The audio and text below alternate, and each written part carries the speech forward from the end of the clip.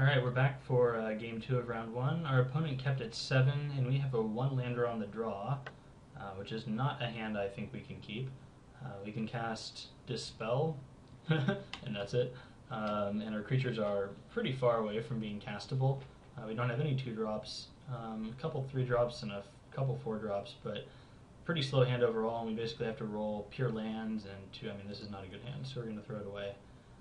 This hand is not great, but it's better than the last hand. At least we have 2 lands here, so there's a very good chance we'll get to 3 lands and be able to cast 2 of our spells. We have both colors, so that's also a consideration. I'm not thrilled with this hand, but I think it's better than a random 5 in our deck. Okay, Sphinx was not an ideal draw there, getting another 6-drop. It's not super exciting. Man, Dryad Militant. I guess he just top decked that. Land. Okay, that's good. I would have preferred a Plains, but I guess we'll take what we can get. Keyrune.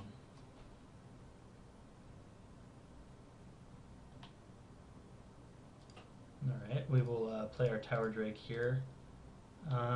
Probably not gonna trade. If we don't draw land next turn, we can't really do... Ew, Knightly Valor. That's kind of gross. That's okay though. I mean, like, he's going to hit us here, and then we'll be able to Swift Justice next turn, or something. How perfect is that? It's not that perfect. Spoiler alert. But hey, it's a good blocker. It'll block his Knight token.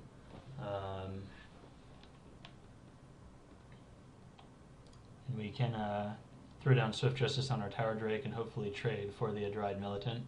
He might just animate the Keyrune and bash in here. He has quite a bit of tempo. He's made all his land drops. Hopefully he doesn't have removal for a Tower Drake or Pump. Pump would be bad.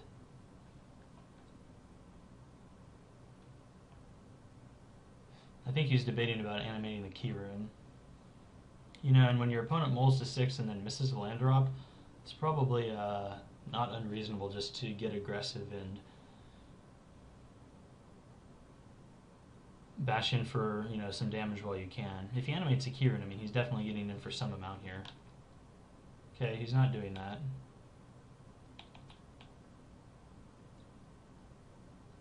Alright. I think we'll put this guy here and this guy here.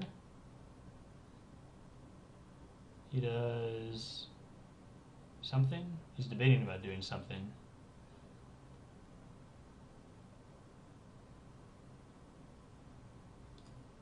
He passes. It's pretty obvious that I have a trick if I'm blocking Tower Drake like that, so I don't know why he would wait so long to decide to do something or not. I'm happy with that result. Is this like a Venging Arrow? Oh no, Eye in the Sky. Copying his Knight token. I'm okay with that.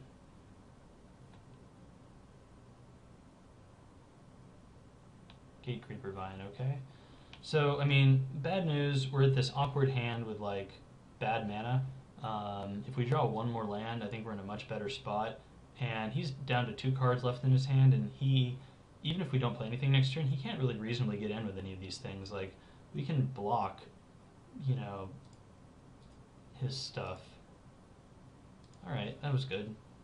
So, let's see, how do we want to do this? Am I the beatdown here? I'm probably not the beatdown, but I'm not going to block with Tower Drake. But I don't want to spend the Plains and, not be able to play something. So another question is, do I want to play Hussar Patrol or Sunspire Griffin?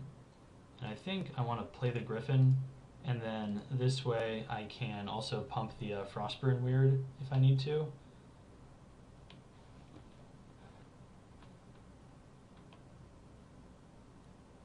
There's his black mana. Hopefully he doesn't have the Guildmage in hand, because we don't have the way to deal with it right now, and it would get us pretty good. Alright, so it looks like he's just going to get in here with some stuff. And I'm just going to block with the Frostborn Weird, and if he has a trick, he has a trick. Like a Venging Arrow. Centaur healer, that's fine. Land. Good, excellent. That's exactly what we wanted. So now we can probably even just get in with our Tower Drake. Do we want to do that?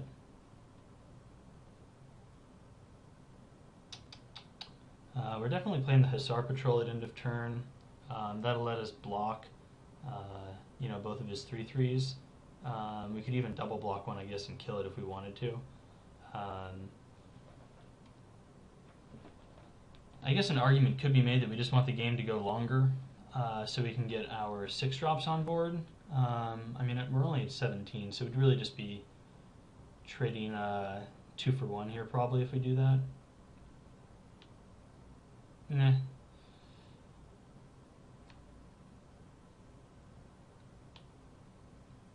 Yeah, we'll get in.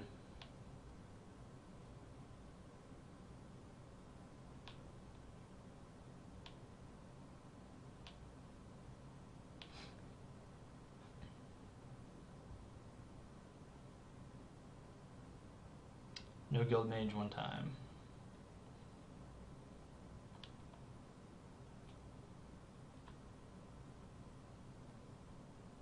Alright, he's sending in the clowns. So I think what we'll do is we'll flash out our Hussar Patrol. Now we have the option of taking 3 here and probably killing one of his guys. I think I'm on board with that.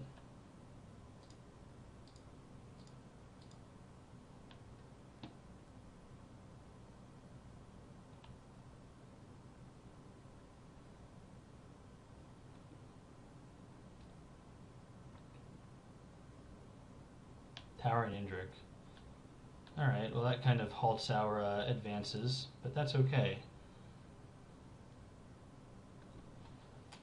Interesting. So we have the option here of either just slamming Sphinx down, which, I'm kind of tempted to do, like, if he had removal, you'd think he would have used it there on one of my guys.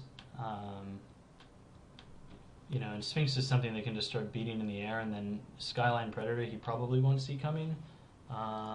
Interesting. Yeah, and Sphinx gets through the Towering Indrik, whereas our other things don't. So yeah, let's just play out the Sphinx. And then pass.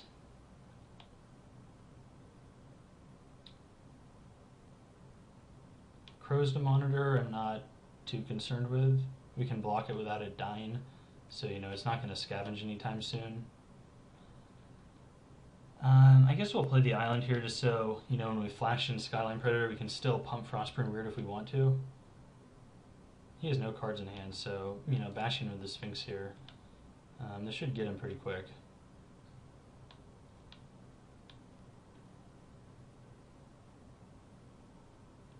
Keening Apparition, I guess, is annoying if we draw one of our better enchantments.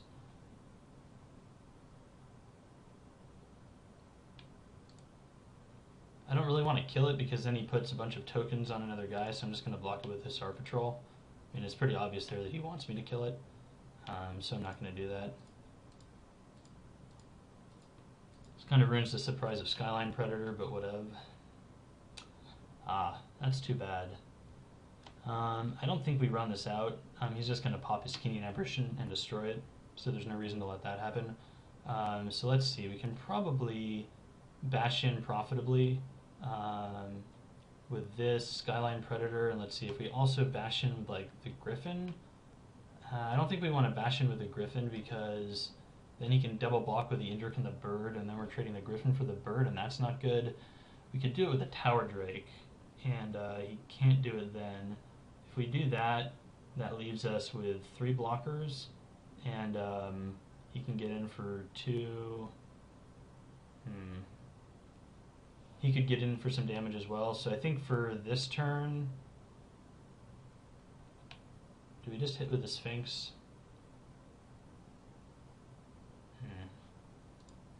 Well, we're definitely attacking with the Sphinx by itself for sure. I think we do that. He has no other good attacks, to be honest, and If we draw anything else, like, we can really start getting in with some other stuff. He just has like a lot of dudes on the ground, and he can kind of swarm through us if we just tap 3 of our guys down. And then he does stuff like this, so like now we're kind of in a spot since he can give stuff, you know, evasion to get through.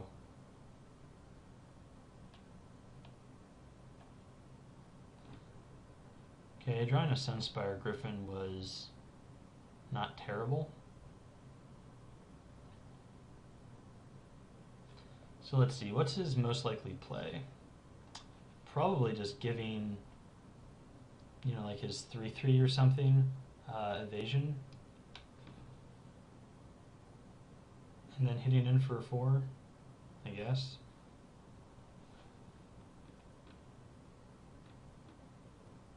Yeah, we still don't really have a reason to bash in with the Predator.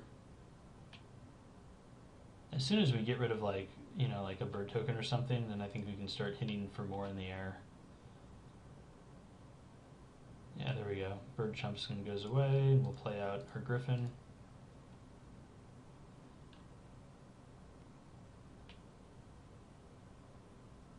And now because he can start giving some of his guys evasion, I think we're more incentivized to just start, you know, bashing with everything in the air and finishing him in like 2 turns. Although maybe not. He might be able to hit us pretty hard here. Okay, good. He didn't attack. I like that. Ooh. Can we just kill him here? We can detain the reach guy and hit him for 2, 4, 9. Yeah, you know what? We're just going to go for the win.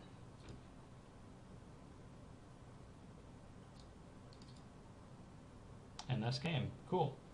Well, we broke the curse and we made it to round 2. So I will end this video and see you guys then.